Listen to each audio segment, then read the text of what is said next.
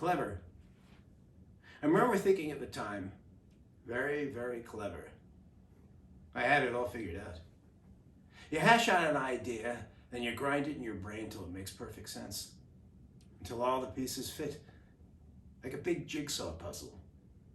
Except you're not playing a child's game. And you go out and do it. I figured what I would do first was run up the red flags of infidelity, and once Monica was enticed to take a closer look and finding nothing, I'd go out and get a little on the side. Very clever indeed. Extramarital affairs are a bear. If you can manage it, you're better off making do with what you've got. But if you don't take chances, you're stuck with your life and nothing ever changes. I was bored to tears with my existence. And whatever it would take to spice up my life until now, I'd been too afraid to act upon. The first part of the plan was a piece of cake and was right in front of me on the web, courtesy of the Sharp Eye Investigation Agency. Signs of infidelity, 30 clues to cheating spouses, indicators like sudden increase in time away from home, decrease in sexual interest, and subject attends more work functions alone. These were the easiest to fake and the ones I employed most to arouse my wife's suspicions.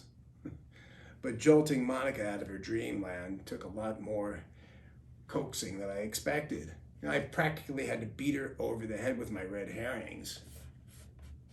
Finally, after arriving home late for dinner for what appeared like the 100th time, she asked me, "Richard, are you seeing someone else?"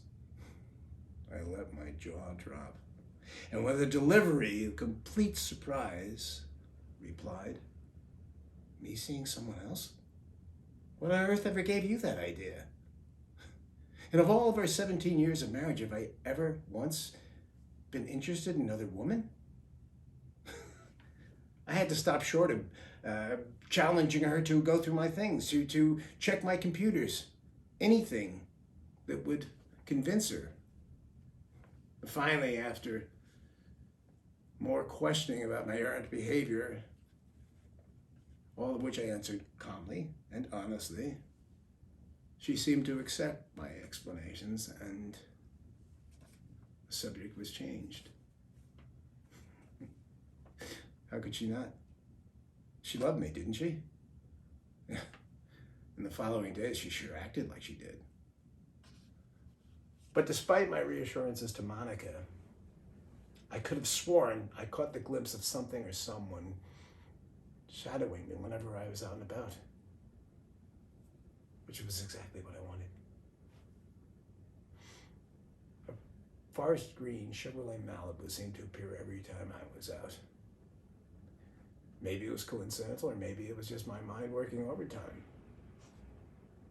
But it always appeared when I least expected it. Plus the fact that the windshield was tinted so I couldn't see who was inside seemed odd to me. Yeah.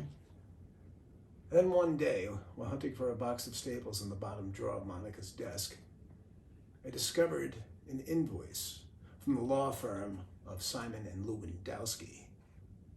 Addressed to Monica, it read, "Please find the final report of our operatives," followed by a list of surveillance dates and expenses incurred.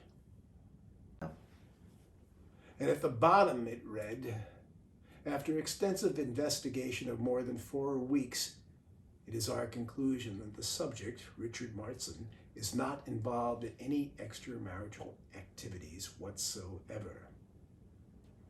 His behavior, while at times somewhat less than predictable or routine, is in our view innocuous and innocent. In other words, it's the behavior of any normal, law-abiding man of his age, occupation, and lifestyle, etc." Beautiful. And so it began just as I wanted it, with no strings attached.